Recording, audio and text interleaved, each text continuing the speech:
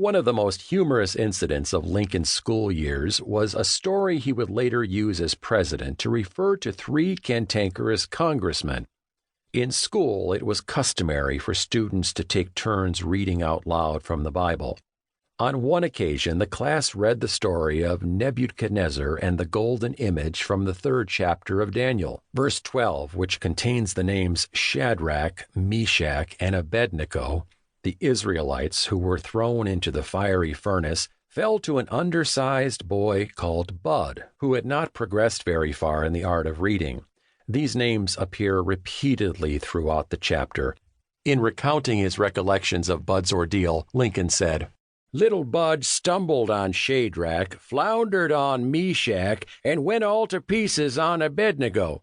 Instantly, the hand of the master dealt him a cuff on the side of the head and left him wailing and blubbering as the next boy in line took up the reading.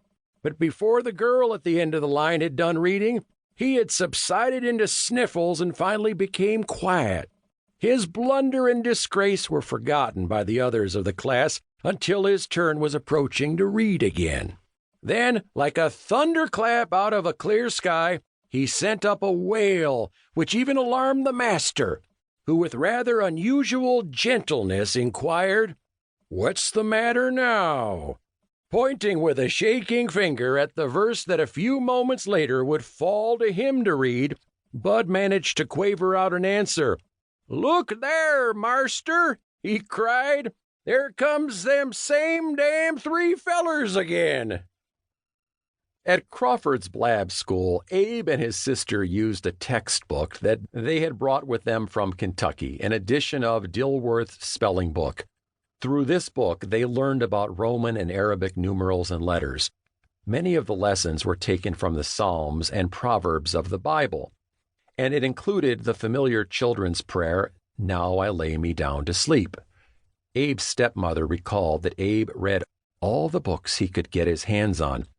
These included The Arabian Nights, Aesop's Fables, Pilgrim's Progress, Mason Weems' Life of Washington, school books such as the Kentucky Preceptor, and of course, the Bible.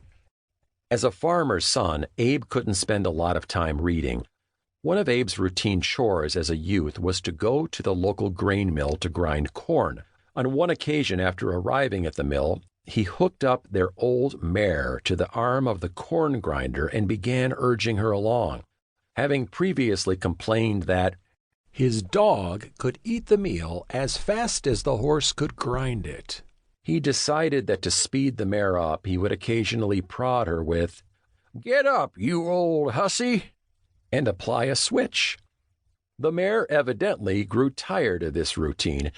In the midst of Abe's admonishment, after he said, "Get up," she gave him a swift kick to the forehead.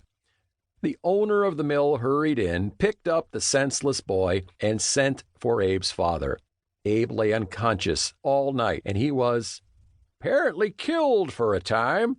The next day he started to regain consciousness. His frame jerked for an instant, and he awoke, blurting out the words, "You old hussy." Being people of faith, Thomas and Sarah Lincoln became members of the Little Pigeon Creek Baptist Church. This was a hard shell or primitive Baptist church whose beliefs were very conservative and Calvinistic. Abe attended church with his parents and held the position of sexton, responsible for maintenance of the church building. Abe loved sitting in the room when adults were talking and would listen attentively to everything they said. His stepmother recalled that after everyone left, he would pepper his parents with questions, wanting to understand everything they had talked about. Abe would one day say that the only thing that ever made him angry was when an adult talked to him in such a way that he couldn't understand what they meant. Abe had an opportunity to attend school again when he was about 12 years old, and then again at 15.